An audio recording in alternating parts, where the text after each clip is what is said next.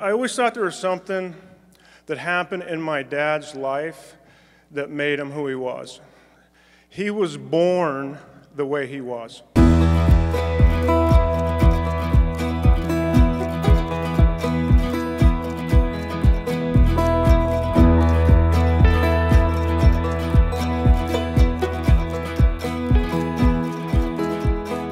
He was born in 1937, April 18th was his birthday, in Jamestown, New York. 14, 15 years old, he goes off with a group of 60 grown men and is carrying hod for these people every summer. So at a very young age, he was getting out and expanding his horizons.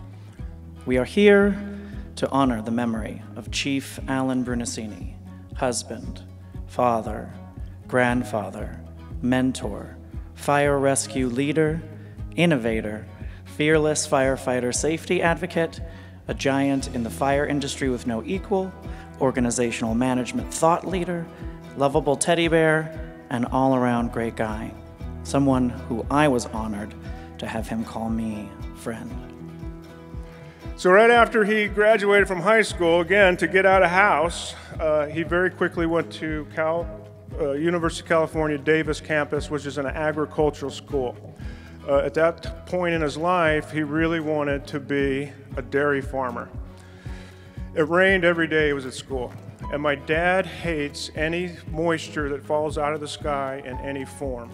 So at the end of his 2 years, it was pretty good that he did that because he figured out he didn't want to be a dairy farmer. Leo Buscaglia once said, "Too often we underestimate the power of a touch, a smile, a kind word, a listening ear, an honest compliment, or the smallest act of caring, all of which have the potential to turn a life around." Chief Brunacini brought this simple concept to the fire service, making not only the fire service a better place, but the world a better place for the millions of Mrs. Smiths we have come in contact with. And for that, I thank him. So during this time, he's hanging out with Rita, and he's going back and forth to Phoenix, Arizona, and he's taking construction classes, thinking about going in the same direction as Dad at ASU. But at a very young age, he wanted to be a firefighter. So he's going back and forth classes, him and Rita are still hanging out. And then in April of 1958, he applied to the fire department, and he got hired June 2nd, and it's all downhill from there. Whenever I would meet with him, I'd try to steal the napkins after he wrote on them. And this one is the last time I talked to him. We were talking about where we want to go with. Believe it or not, he was giving me some direction on where I wanted to go as the fire chief with my life. I turned 60 a couple weeks ago, and I felt like, oh, am I getting too old to do this? And no, not really, he says. But he wrote on this side, it says over. It's got some lines. Over your career is what he meant. And over here, it's got a box, and it says time. And he made sure he made time pretty finite. And he put time, boxed it in, circled it, put some check marks through it. He says, "Terry, you only got so much time." Then he flips it over and he writes down customer service, firefighter safety, being nice. And then he puts a Glendale Fire Department in a box, draws a star on it, because that's the way he felt about all of us. And then last thing, he wrote a box. And he said, and what you want to do at the end of the day is make sure you don't have any regrets. So he's popping through the fire department. In 62, he gets promoted as engineer, 65, captain. And 67, 68, he got promoted as battalion chief. He finally caught the car when they made him the ops chief. He's running the fire department basically vicariously through ops.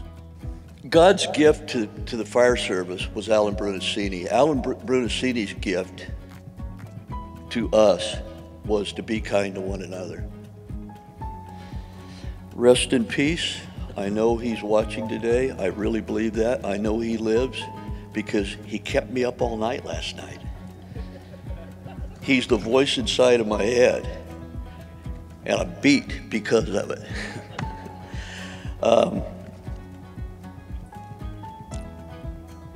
Save us a good spot, boss. Best fire chief on his own doorstep. So now he's really got the car, and he's got a really good vision on where we need to go from the last 6 years of him pushing the machine down the road. My dad was never finished tinkering with the Phoenix Fire Department or anything he was doing. He was always making it better. It fascinated me that a guy who had never worn SCBA in a fire knew that firefighters should never breathe smoke. It fascinated me that a guy who never went on an EMS call knew that firefighters should be the ones that were cross-trained to run EMS. It amazed me a guy that always rode on the back step of an engine knew that firefighters should be in an enclosed apparatus because it was safer. It amazed me that a guy that knew that we always called people patients and victims should be called customers because we would treat them different. People said that Chief Brunacini sometimes made the fire department wimpy. They couldn't have been more wrong. Chief Brunacini put the heart and the brains into the fire department. An industry that they always said was 100 years of tradition, unhampered by progress, and Bruno made us care. He was the founder of fire service philosophy like Socrates, but like Plato, whose teachings have endured for 2,400 years, Alan Brunacini's will endure for generations of firefighters to come. He was a pioneer like Christopher Columbus. He possessed a genius like Albert Einstein, a timeless icon like Neil Armstrong, and he had that whimsical and fantastic vision of the fire service like Walt Disney had. And like Walt Disney changed the world, Alan Brunacini is changing our world.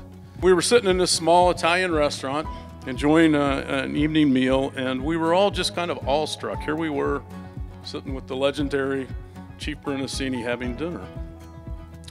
And we asked him, hey, how does it feel to be so legendary? How does it feel to be traveling across the country, sharing your ideas, and everybody just opening up and wanting to hear this from you? And as he did so well, he deflected the question, right? And he asked us, hey, what's going on with you guys? And what's happening in your world? And so we would answer those questions, but we would get back to, hey, how does it really feel? And his response was, hey, you guys have to quit focusing on me. It's not about me, it's about what you're gonna do. And he looked right at us and he said, so maybe you should tell us how you want us to leave it. We looked at each other and we looked at him and we said, what does that mean? How do you want us to leave it? How do you want us to leave what? And he said, well, we're not gonna be around here forever. How do you want us to leave the fire service for you? In the New Testament, the first book of Corinthians, in one of Paul's letters, it says, but each man has his own gift from God. One has this gift and the other has that. Well, I think the chief had many gifts and he was always willing to share them with everyone. He already knew the answer to the question that night when he asked us, how do you want us to leave it for you? The question was not for him, but it was for us. So I say the American Fire Service is a much better place for all of Chief Brunacini's contributions, and I know that I am a better person for having known him. Do all the good you can, by all the means you can, in all the ways you can, for as long as you can. Give the other person a fine reputation to live up to. He would always hold you up to a reputation that gave you a vision on where to get. I mean, he walked the walk and he talked the talk. And I mean, he went around the whole country telling everybody how to run a good fire department. What'd he do back home? He ran a damn good fire department. So he walked the walk.